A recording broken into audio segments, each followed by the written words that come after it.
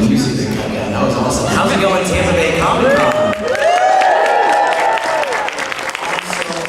Awesome. My name is Danny, and I have the honor and privilege to be moderating for Wallace. Shawn was excited.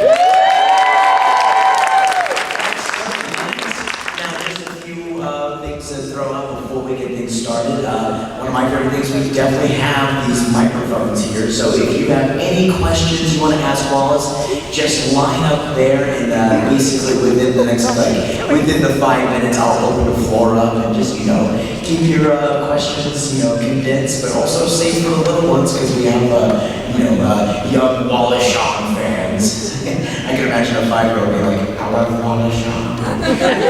But, the microphones will be opened, and if you want to get a picture, we always have the floor out there in the convention center. If you want an autograph or a photo, definitely go out there. But I am excited. I want to get you guys ramped up, so when I say welcome our very own Wallace Shawn, I want you guys to go nuts. Can you do that?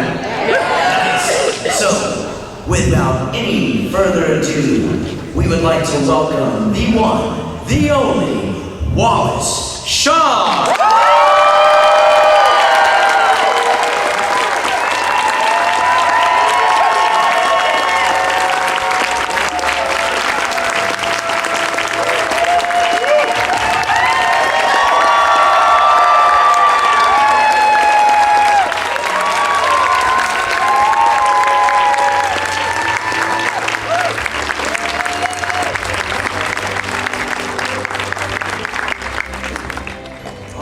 Welcome, Wallace.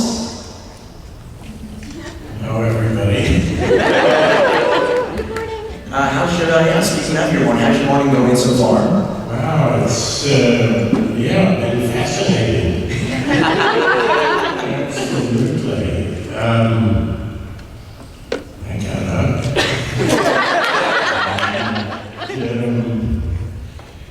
Yes, experienced myself. Trying to remember where I was. I knew I wasn't home. The windows were in the wrong place. And the whole room was actually in the wrong place. Now I'm here. Yeah. Hello, everybody.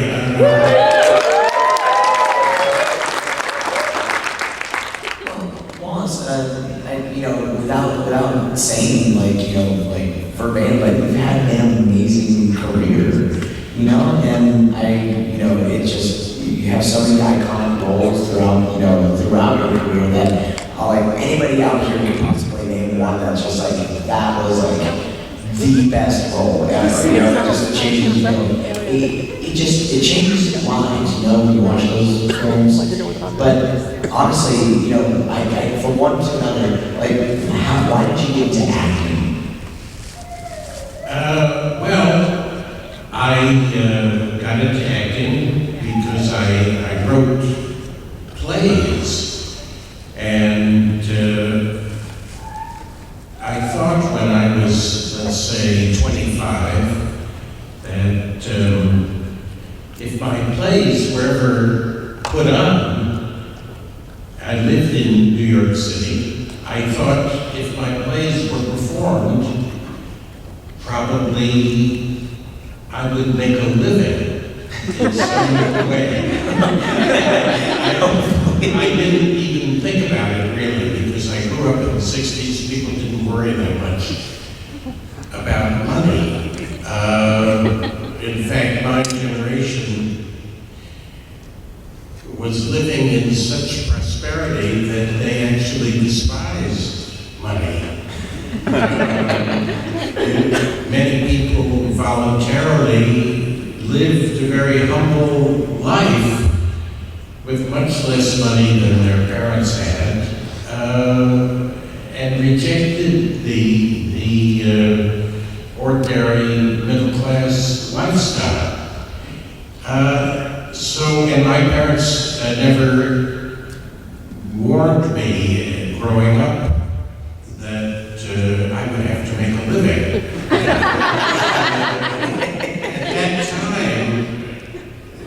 1960s and 50s, there was so much money in the country as a whole, and the middle class was doing so fabulously well that people really didn't talk about money. Many people, I'm not saying every family in America, but in my family, my parents never said, you realize those eggs that you're eating for breakfast cost $2.50. They never discussed the prices of things or said, we make so many dollars a year, and if you want to make that much, you better think of a profession, and now none of that. And in school, they just said, well, what interests you? So I was, in my mind, a playwright, and I thought I would somehow live from that. Then my plays were put on, and I didn't make any money off it. And I began to think slowly, well, I was borrowing money from friends, but I realized I didn't have a plan to pay it back. So I started thinking, well, I should make a plan to go into some kind of a profession. But I really wasn't interested in anything except writing plays. And so I kept putting it off and borrowing more money from friends. Then, I had certain jobs. I worked as a school teacher for a couple of years, and I worked as a messenger, and I worked as a shipping clerk. I worked as a Xerox machine operator. But then I was thinking about becoming a taxi driver. Although I grew up in New York City and had only recently learned how to drive. So I was having dinner with a theater director, and my girlfriend. And the theater director surprised me by saying that he was about to do something I had written, and he said, well, the other actors and I would like you to be in the play. I said, well, I'm not really an actor. And he said, well, that doesn't really matter because you don't really need to be an actor to do this part. It's going to be pretty simple. And the other actors will show you how to act. I said, well, I don't know. I was thinking of becoming a taxi driver. And my girlfriend said, well, take the acting job because you really shouldn't be a taxi driver because you can't drive. Hey, if you don't mind me asking that, what was the play and what was the part? Well, the play was actually a translation from Italian of a play from hundreds of years ago by Machiavelli. It was called The Mandrake. And the part I was offered to play two parts in the play. First, the prologue, which is spoken supposedly by the writer, and I was the translator, so that kind of made sense. It was like a long monologue. And the second part was the servant. And I was on the stage for the whole play, but I really didn't have any lines. So it was a part that the director thought I could handle. So it turned out that the play was a kind of hit in New York. And it played for the whole year. And so no taxi driving. A casting director a friend of mine brought the casting director of Woody Allen's movies, and she said, well, come in next week and meet Woody.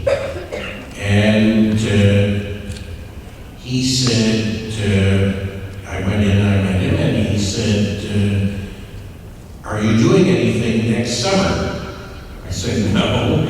And that was my audition. So I was in a movie, and it was a very popular movie, Manhattan, one of Woody's best, really. And I had a tiny part in it, but very noticeable. Anybody who saw the movie would definitely remember me, not because of my great performance, but because the character comes in at the very end, and all through the movie they're talking about this guy who's going to appear. And it's a great build-up for when I actually do appear. And it was very funny, and I was put in other movies then. Yeah. And I, began to be paid. I paid back my friends. I got out of debt. And it's been up and down since then. I mean, I'm in debt again, as we speak, but only to banks, Which are not your friends. They're criminal organizations, as opposed to my very nice friends. So, yes, it's been up and down since then. Obviously, I fell into the trap of so many actors that you sort of are under the illusion that if you're paid a big sum of money for a job, you sort of assume that's how it's going to be for the rest of your life. And you live beyond your means. A lot of actors are in worse trouble than me. Because they do things, they buy a house, and they have a mortgage, and then that next year those great jobs don't show up. So if there are any young aspiring actors listening, be careful. Thank you. And I know that we have one that you've been waiting very patiently, and please ask your question. Yeah, so how was it working with Eddie Murphy in Haunted Mansion? And so, what is your favorite line or your favorite scene in that movie? Well, it was quite exciting to work with Eddie Murphy, and I was very, to give a sort of egocentric answer, I found it kind of nice that he accepted me as a funny person. I was flattered and touched, and well, I enjoyed playing a ghost. Obviously, anybody would. That's fun. And Terrence Stamp was one of the funniest people in the whole world. And there was a lot of, it was a tragic time. It was just making the movie, the Gulf, the Iraq War began during the making of the Haunted Mansion. So I associate the war and the movie. And it was, it was a terrible time in that way, but fun on the set. And Eddie Murphy was kind and sweet, and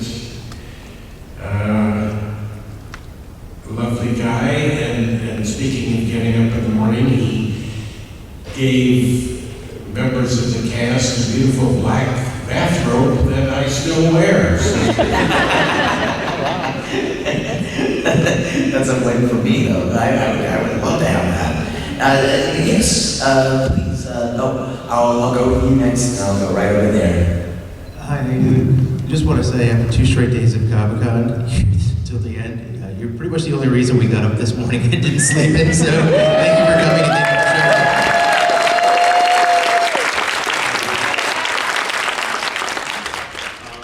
You've had, as an actor, you've had a very varied career, both in live and voice acting. Which has had more challenges, and in spite of any of those challenges, which do you enjoy more overall, if at all? Well, you know, I enjoy all of it, really. And it's enabled me to continue life as a writer. So that's a beautiful thing for me. A lucky thing. It was all luck.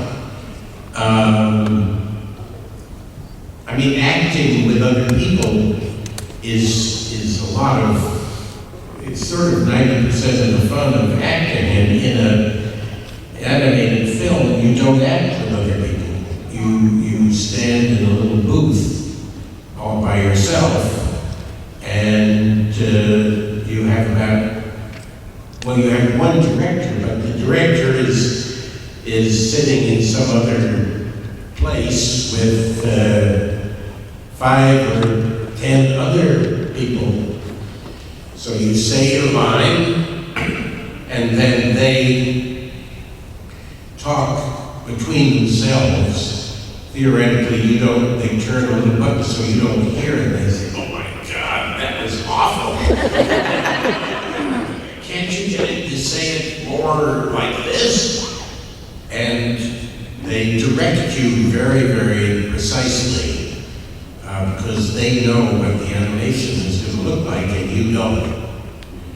And even though the voice comes first and then they do the picture afterwards by listening to your voice 10 million times, still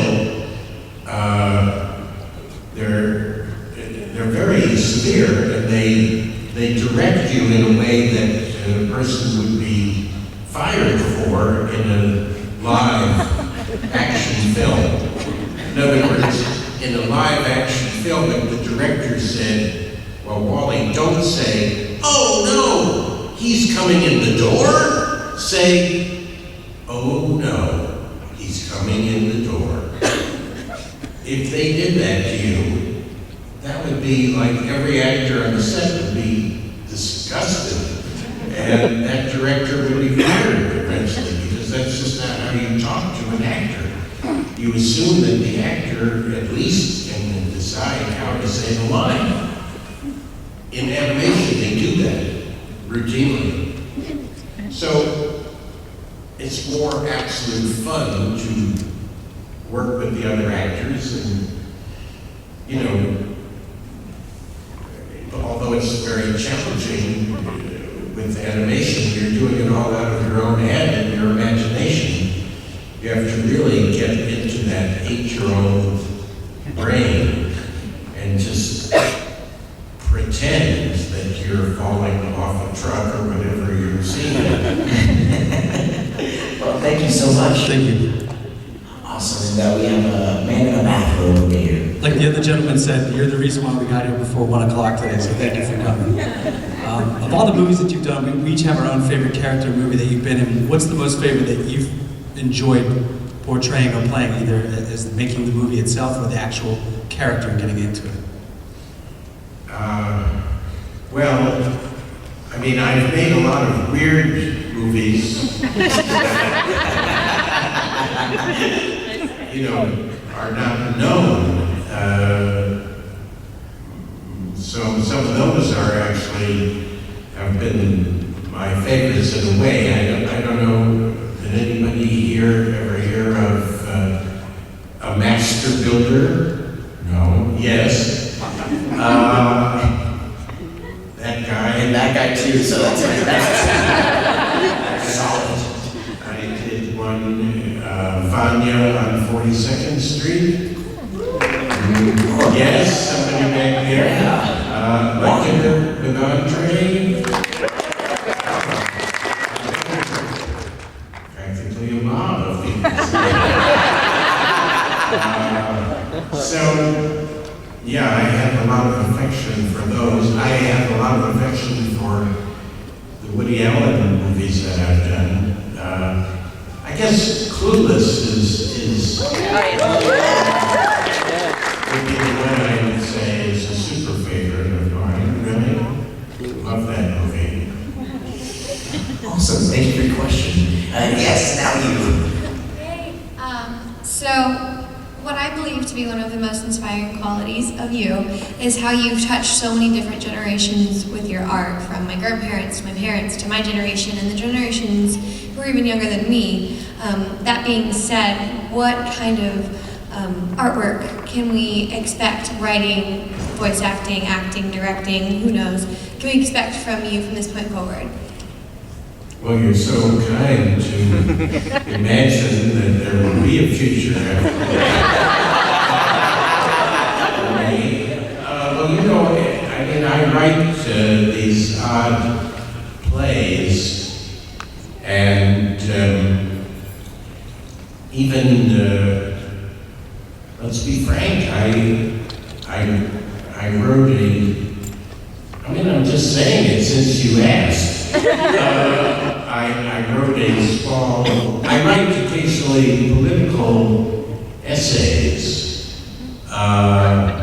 and so, I mean, I wrote over the last 25 years, I wrote a bunch of them that were published in a book. It was called Essays. But I wrote recently one that,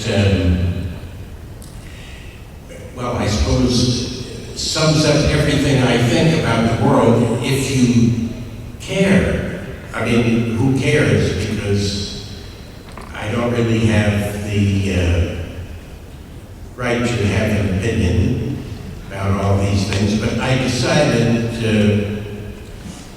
that anybody my age actually has seen the same amount as anybody else my age of life and the world. So anyway, I wrote a book called Night Thoughts. It's very small, and it came out a couple of weeks ago, and some people find it, I think, impossible to read, or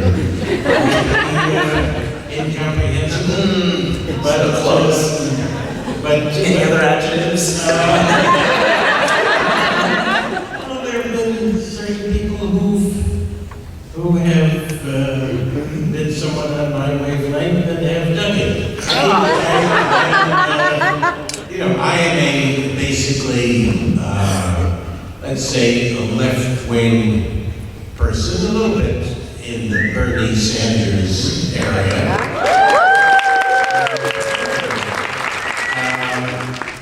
And this is a semi-political essay. And, you know, my plays keep not dying out completely. There are small cults in different places that do my plays. And so that's, I don't know if they've come to Florida, though. I mean, just a fair follow-up question. Have you ever discovered or found out somebody was doing a play and just sort of snuck in and sat in and just watched? And then when the house lights come on, they're like, oh! I think that has happened once or twice. Yeah? Yeah, and one of my I wrote a play that was, well, it was obscene, I guess, and that only, in a way, has only been officially done in other countries and in Austin, Texas. But somebody wants to make a movie of it, so maybe you'll see that. And I've been acting in different weird, I mean, I've done a lot of, because I'm short or for some other reason, people don't give me large parts. I think it is because I'm short, maybe because I'm untalented. They all come on. I get an awful lot of tiny parts. So you can, I don't know, if you devote your entire life to watching television, next year, I mean, I've just done a couple of episodes of Mozart in the Jungle, which is on Amazon Prime, and another Amazon show called The Marvelous Mrs. Maisel that hasn't appeared yet. That will come out, you know, in the next year. And I was on that show where Nick Nolte plays an ex-president, sort of like Bush. That one is called Graves. And I'm in a movie that's going to come out eventually called Book Club, in which the description, I ordinarily turn down a certain amount of, quite a bit of stuff over the years that I find too nauseating. And I usually turn down, or almost automatically turn down, things where the short guy is mistreated, or where the whole joke is that he's short. But I did one because I had friends who were in it and wanted me to be in it. My description in that movie is, well, it's a nice woman is waiting to meet her blind date, and I walk in and the scriptwriter has written, "Oh my God!" This is the thought of, this is how screenplays are actually written, very sort of frankly, in the stage direction. So, Mr. Smith, I can't remember my name, walks in, "Oh my God, he's too short, much too short." Ordinarily, I would automatically turn that down, but because, you know, well, short people are paid less, it turns out. It is you would no longer write, 50 years ago, you could have had Mr. Smith walks in, "Oh my God, he's Jewish, much too Jewish." But today, you couldn't do that. But you can do it about a short person. So ordinarily I would turn it down, but in this case, I sort of thought, okay, friends, I'll do it. I mean, the audience will never see that stage direction, so maybe I can play it in such a way that the audience will think, "Oh my God, what a great date." Or he's huge, much too huge. And the costume designer was a friend, so I said,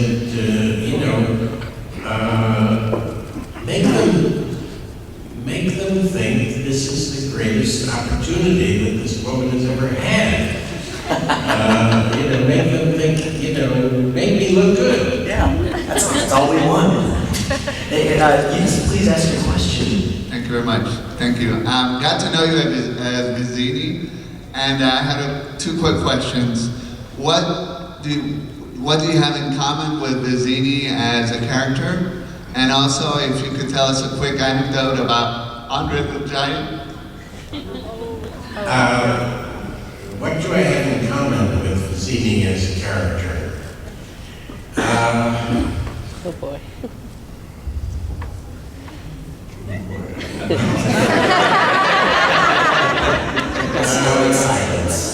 I suppose, You know, well, that I'm going to pass on that question. And, I don't know if I have anything in common. Really at mine. Somebody said something flattering. I don't know if I'm a scheming kidnapper in real life. Are you? I don't know. That's a tough one. Andre the Giant is a very lovely person and very kind. And Funny? well, we did have a scene together where we were tied together and we were on a small forklift that was 35 feet up in the air. And I was, well, I would never have done the movie if I'd known they were going to do that. In fact, I specifically asked when I was auditioning for that part, we're not really going to be, you know, on the top of the world's tallest cliffs, are we? And they said, no, the stuntmen will do that. Now, the stuntmen actually got tangled up, their wires got tangled, and that almost led to a fatal accident. But they managed to untangle and survived. But we had to be at the top of this thing in the studio. 35 feet is very high in case none of you have done that. It's really high. I mean, but I would be really pretty frightened at 10 feet. And he was a good person to be tied to. He was very, very sweet, and he actually had a flask of brandy in his costume, which he offered to me as I was sort of, you know, close to fainting and not very capable of playing my part. So he was a very sweet man who knew he was, of course, not going to live much longer, and was no longer as strong as he'd been, and couldn't do the things that he at one time could have done. So it was, you know, there was a serious element to the whole thing. Of course, he had never really had lines. I mean, he was very, very bright. So it was rather amazing how he was able to say lines rather brilliantly. Awesome. Thank you so much for your question. Yes, over here. Hello. Hello. Hello. Thank you for your question. Good one. I was going to ask, are you going to reprise your role of Rex for Toy Story 4, and will you be in Incredibles 2? Also, I love you in Goofy movie. My favorite line is, how about silent slumber parties? Well, I think I've been, I won't say fired, but not Let go. rehired for the Incredibles, but I supposedly will be in Toy Story 4.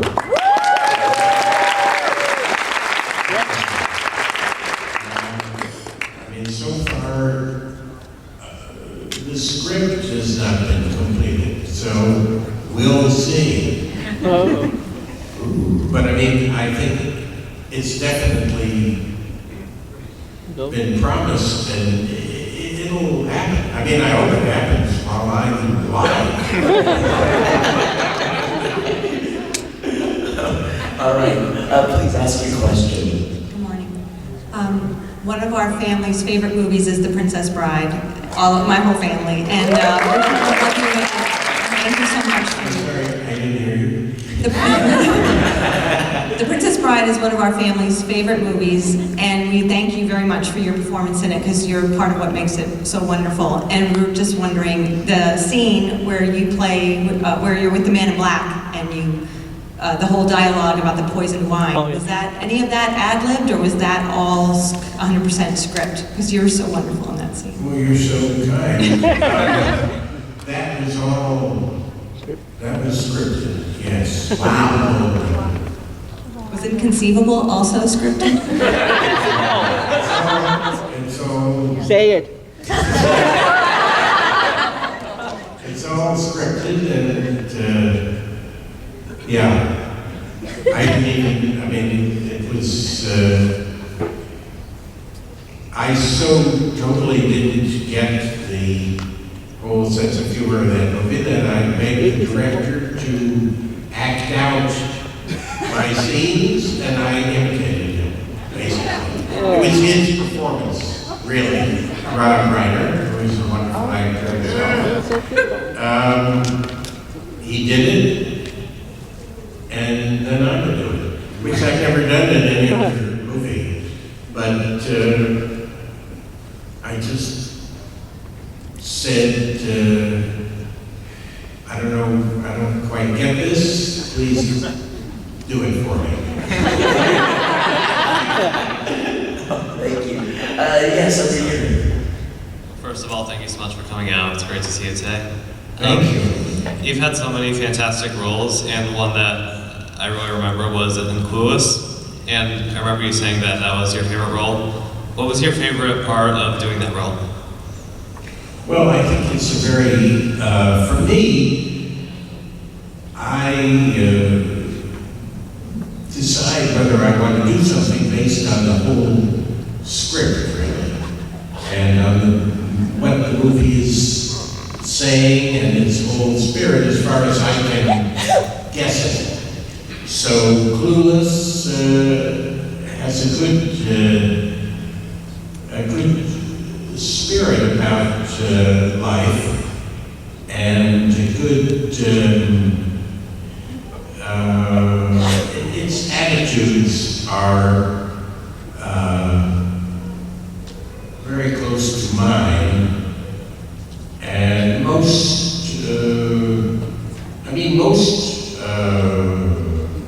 commercially made movies represent the regular status quo attitudes of, America, which I don't really share.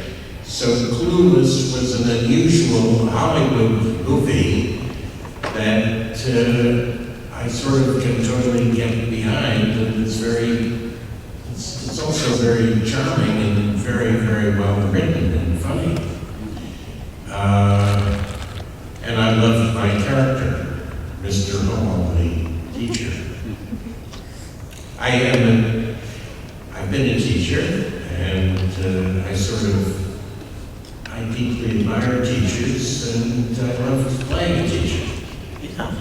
Awesome. Thank you so much for your question. Yes, over here. All in all, which more did you enjoy more, making the movie or seeing the movies that you had made? Well,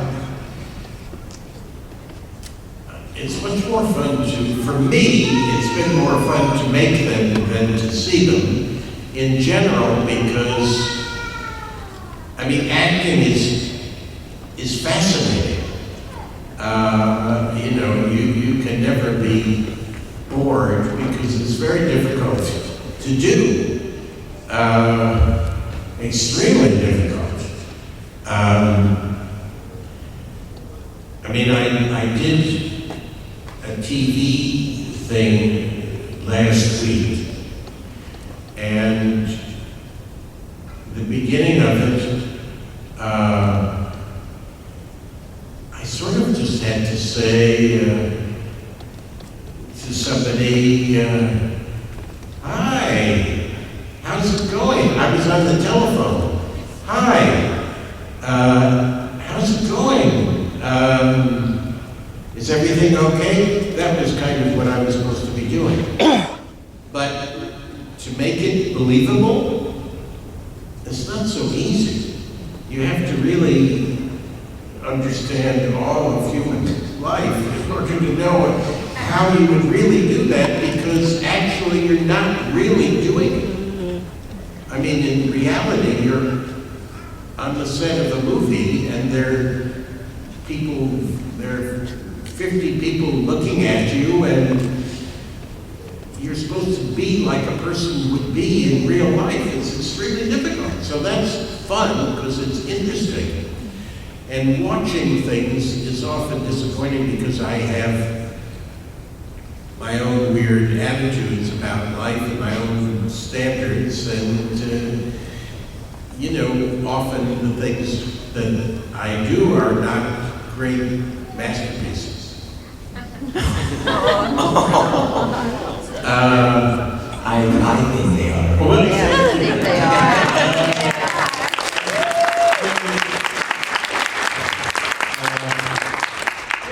Some of them might. I mean, you know, watching any movie, I appreciate the acting, or I appreciate, you know, even the attractiveness of the setting, or I thought that was going to go somewhere else.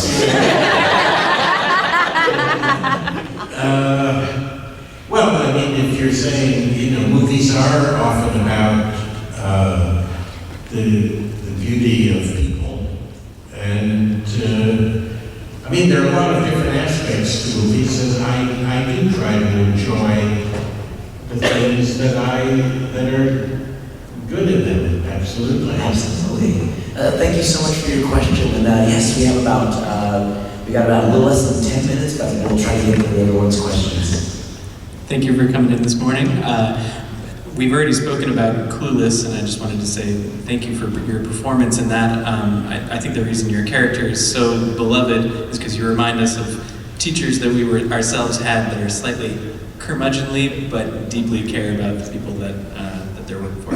Anyway, speaking of Clueless, do you have any fun anecdotes about behind-the-scenes interactions with the other actors, or notable remembrances from that? I said, I mean, I'm very bad with, I don't somehow see life as anecdotes or stories, so I'm very weak in that area. Well, then rephrase. What was your favorite part about filming that movie? Well, obviously, I love the script, and the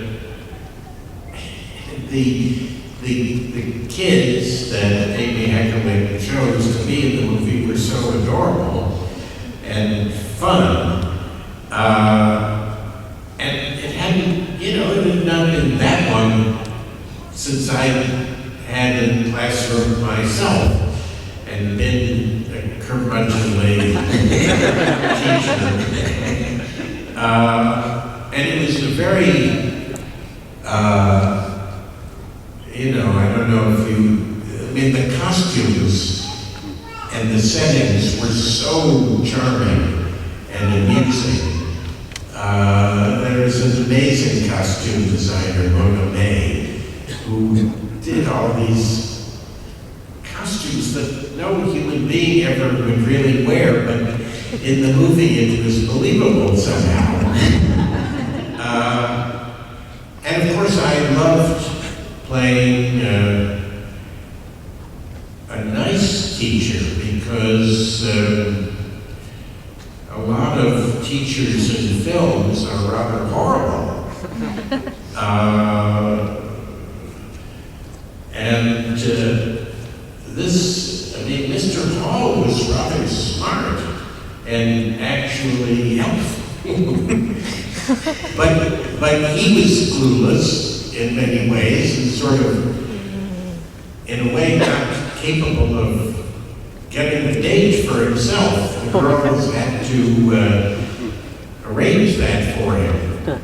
And of course, it was very charming to be fixed up, fall in love, get married. It was great. Thank you. And I mean, the actresses were totally enchanting. So, Alicia Silverstone, one of the great, nice people. Stacy Dash, it was very lovely. Yes. All right, so back to Princess Bride. On a weekly basis, how many times would you say you use the word inconceivable? Well, I don't ever use it because I took a vow about it 20 years ago.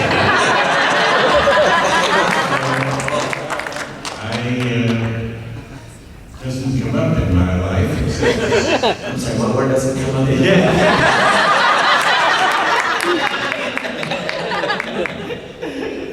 I'll Say give you to say it. Say it. Okay. Now we gotta get through these questions. I want to get you guys on the floor. Yes, please ask your question. I think that since you have the most experience at our acting against, maybe you can answer this for me. This is something that's been bugging me for a while. It's how come creative types like actors, writers, artists, there's a really like self-deprecation is a really big trait. It seems almost bundled with the deal. Why do you think that is, and is it a good attitude to have? Well, if you didn't hear the question he asked, why do so many people in the creative fields have a self-deprecating attitude, and is it a good attitude to have? Well, I think in our society, you know, there's an obsession with the ego, and people tend to brag and boast. Our president more than bragging.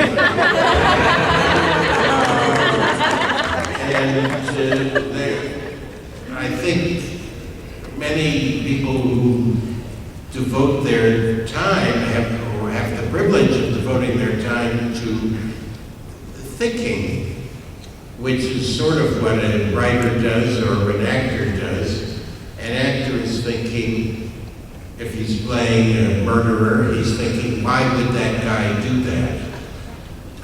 Or if he's playing anything, he's thinking, why would that person do that? Most of his time is spent thinking, really. And the same with the writer.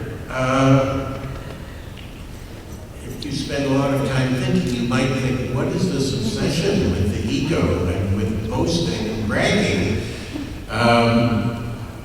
You know, there's an idiocy in that, and I don't want to be caught up in that idiocy. That's the obsession of our society, is the self and aggrandizing the self.